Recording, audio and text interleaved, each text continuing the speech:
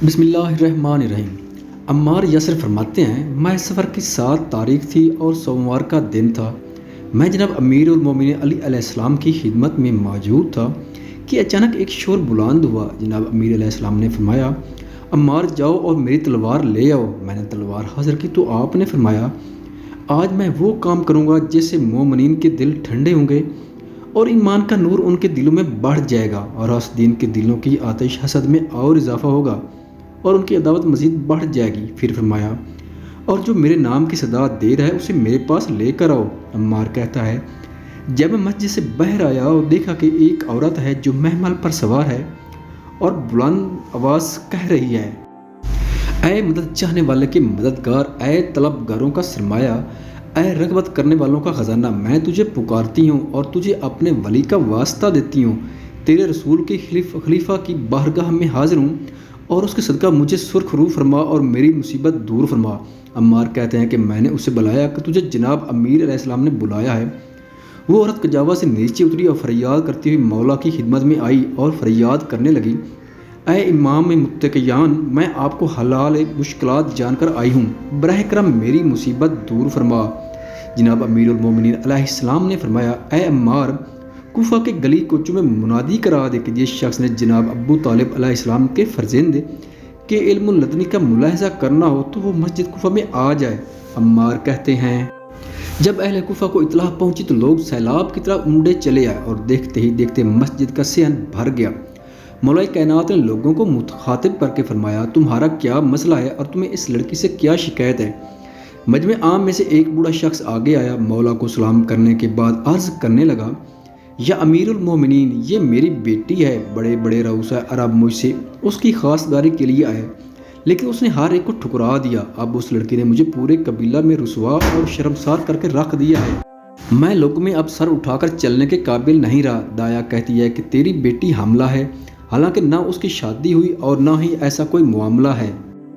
میں سخت پریشان ہوں۔ جناب امیر علیہ السلام نے لڑکی کو دیکھا اور فرمایا، بیٹی تو کیا کہتی ہے؟ لڑکی نے عرض کیا، اے مولا مشکل کشا، میرے باپ نے سچ کہا کہ میری شادی نہیں ہوئی، لیکن یہ جو کہتے ہیں کہ میں حاملہ ہوں، اے کریم ابن کریم، مجھے آپ کی ذات پاک کی قسم، نہ میں نے خیانت کی اور نہ کسی نامحرم نے مجھے ہاتھ لگایا۔ آپ تو لوح محفوظ کا علم رکھتے ہیں، میں اس وقت آپ کے سامنے ہوں، میری موجودہ صورت حال بھی آپ کے سامنے ہے، خدا کے لیے میری مدد کیجیے اور مجھے اس رسوائی سے بچائیں۔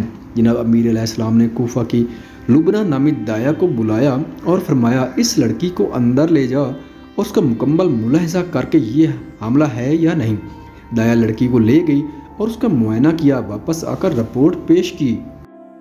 جناب مولا کائنات رپورٹ سن کر حیران ہوئے کہ لڑکی باکرہ بھی ہے اور حاملہ بھی ہے۔ پھر آپ نے لڑکی سے پوچھا، کیا تو اس کا نام شہر کی رہنے والی ہے؟ لڑکی نے جواب دیا، جی ہاں مولا، ہم اس شہر کے باسی ہیں۔ پھر جناب امیر علیہ السلام نے فرمایا، کوئی ہے جو تمہارے علاقے سے برف کا ایک ٹکڑا لے آئے؟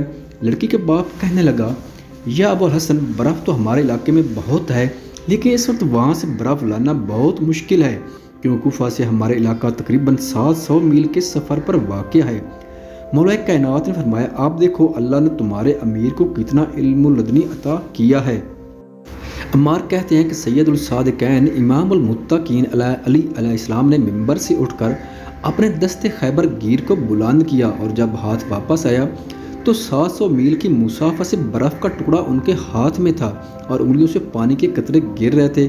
لوگوں نے اس منظر کو دیکھا تو سبحان اللہ، اللہ اکبر کی صدائیں بلند ہونے لگیں۔ مولا کائنات نے اس سے فرمایا، خاموش ہو جاؤ، تم اس برف کے ٹکڑے پر حیران ہو، اگر میں چاہوں تو برف کا پہاڑ بھی یہاں حاضر کر سکتا ہوں۔